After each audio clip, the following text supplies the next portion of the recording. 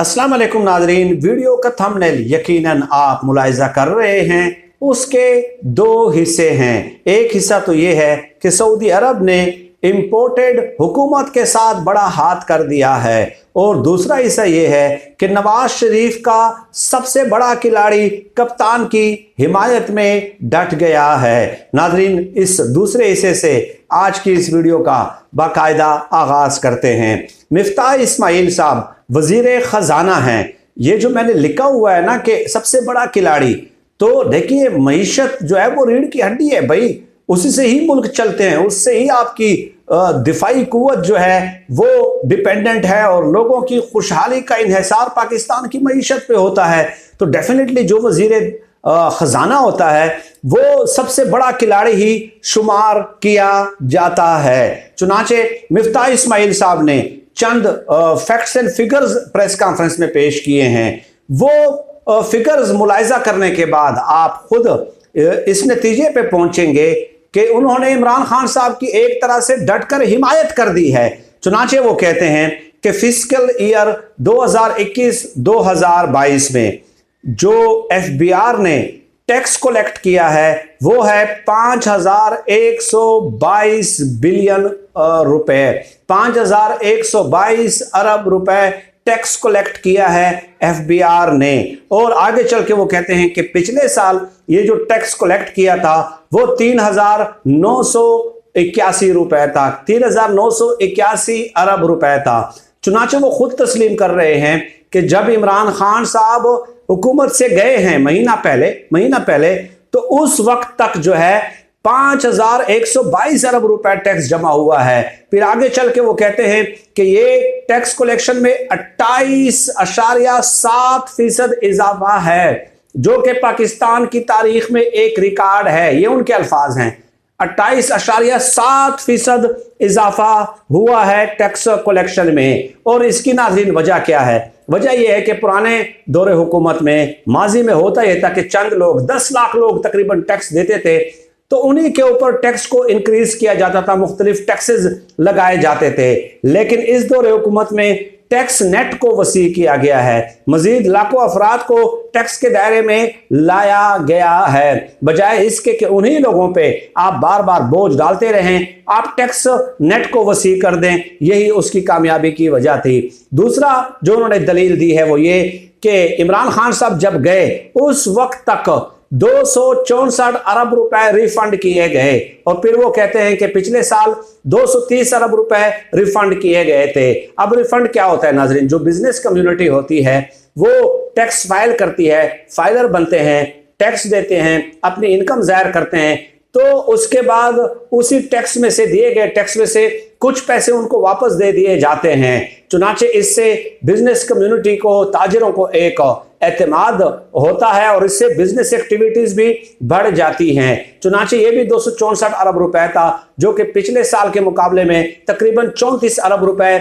जायद है। और आगे चल के मिफ्ताह इस्माइल साहब कहते हैं कि एफबीआर को इस शानदार कारकर्दगी पे खिराज तहसीन न पेश करना मेरे ख्याल में ज्यादती करने के मुतरादिफ होगा। आगे चल के उन्होंने कहा कि सेल्स टैक्स में 58% जो है वो इजाफा हुआ है, और लोकल गुड्स में 2% जो है वो डिक्रीज हुआ है। चुनाचे 4-5 इस किस्म के दलाइल उन्होंने दिए हैं। मैं समझता हूं कि ये कप्तान की हिमायत में डट जाना है। आप उनके मुआशी इक़दामात की तारीफ कर रहे हैं, आप उनके मुआशी इक़दामात की हिमायत कर रहे हैं, आप खुद तस्लीम कर रहे हैं कि उन्होंने मुआशी इक़दामात दुरुस्त समत में किए हैं। लेकिन जब आप अपोजिशन में थे तो आप उस वक्त कहते रहे कि महंगाई है। चुनाचे मिफ्ताह इस्माइल ने चौथी दलील ये दी कि 45 अरब रुपए पेट्रोलियम लेवी के मद में सब्सिडी दी थी हुकूमत ने, और पेट्रोल और डीजल की कीमतें कम रखी थी, और उनके बकौल पेट्रोल की कीमत 245 और डीजल की कीमत 295 रुपए होनी चाहिए थी। यानी वो ये कह रहे हैं कि इमरान खान साहब ने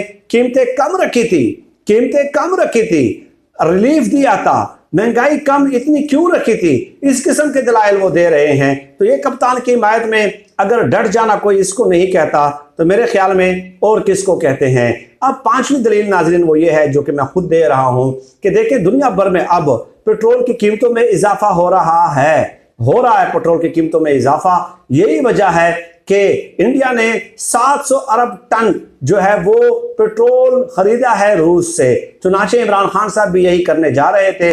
उनका मुतमा नज़र ये था कि 30% कम जो है ना कीमत पे हमें पेट्रोल मिलेगी तो हमें महंगाई नहीं करनी पड़ेगी, लेकिन वो भी एक बहाना बना उनके इक़्तिदार से बेदखली का। अब यहाँ सवाल पैदा होता है कि भारत अमेरिका के साथ भी ताल्लुकात रखता है, अमेरिका के साथ ताल्लुकात रखने के बावजूद भी वो रशिया से इतनी बड़ी डील लेने में कामयाब हो गया है, जबकि हमारे वज़ीर आज़म को उसी की पादाश में और उसके अलावा चंद और फैक्टर्स भी हैं वो इक़्तिदार से बेदखल कर दिया गया है। तो हम ये बैलेंस फॉरेन पॉलिसी में क्यों नहीं रख पाते, ये एक सीरियस क्वेश्चन है जिस पे अब अरबाब इख्तियार को यकीनन सोचना पड़ेगा। अब नाज़रीन आ जाते हैं दूसरे हिस्से की तरफ। गल्फ न्यूज़ है, ये अखबार दुबई यूएई से शाया होता है। 1978 से ये अखबार रेगुलर जो है वो शाया हो रहा है। उन्होंने एक स्टोरी लिखी है कि पाकिस्तानी वफद अपने फौज जफर मौज के साथ जो गया था सऊदी अरब, तो वहां से उनको मुंह की खानी पड़ी है, वहां से उन्हें कोई इमदाद नहीं दी गई है। ये इमदाद लेने गए थे $2 अरब की, लेकिन वो कहते हैं ना कि नमाज रोजे बख्शवाने गए थे, नमाज गले पड़ी, या कोई इस तरह का मुहावरा है, अल्लाह माफ करे, तो पता नहीं किस कंटेक्स्ट में है ये मुहावरा।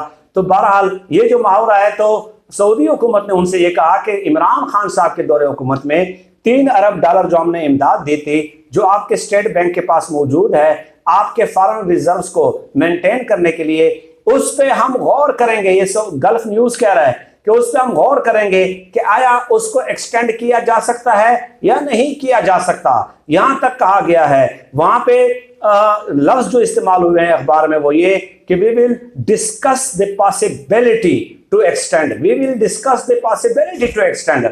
हम मुमकिनात देखेंगे कि क्या इसको बढ़ाया जा सकता है या नहीं बढ़ाया जा सकता।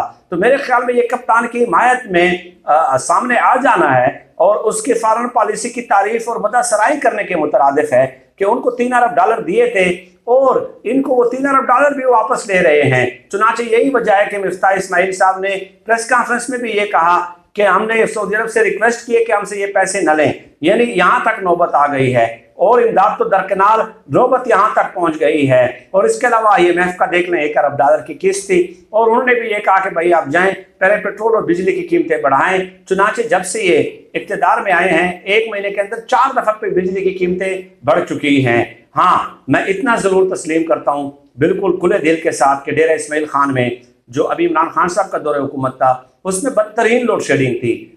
सर्दियों के महीने में भी इवन के बिजली की बहुत ज़्यादा लोड शेडिंग थी, लेकिन अभी जब ये आए हैं तो तकरीबन 6-7 दिन हो गए हैं कि बिजली की सूरत हाल को काफ़ी इम्प्रूव कर दिया गया है, लोड शेडिंग की सूरत हाल को काफ़ी इम्प्रूव कर दिया गया है। पहले ये होता था कि 2-2 घंटे बिजली गायब हो जाती थी, आने जाने का कोई वक्त नहीं होता था, लेकिन अब ये ज़रूर है कि तकरीबन 2 या 3 घंटे मुसलसल बिजली रहती है। 2 घंटों बाद या 3 घंटों बाद कहीं 1 घंटा बिजली चली जाती है, जो कि यकीनन इम्प्रूवमेंट है और इसको बिल्कुल बयान करना चाहिए। इसको बयान न करना भी साफ्ती बददियानती के ज़ुमरे में आएगा। सर-ए-दस्त नाज़रीन, आज की इस वीडियो में इतना ही। अल्लाह पाक से दुआ है कि अल्लाह पाक हमें खल्क़ खुदा के लिए आसानियाँ पैदा करने की तौफ़ीक़ अता फ़रमाए। आमीन या रब्बल आलमीन।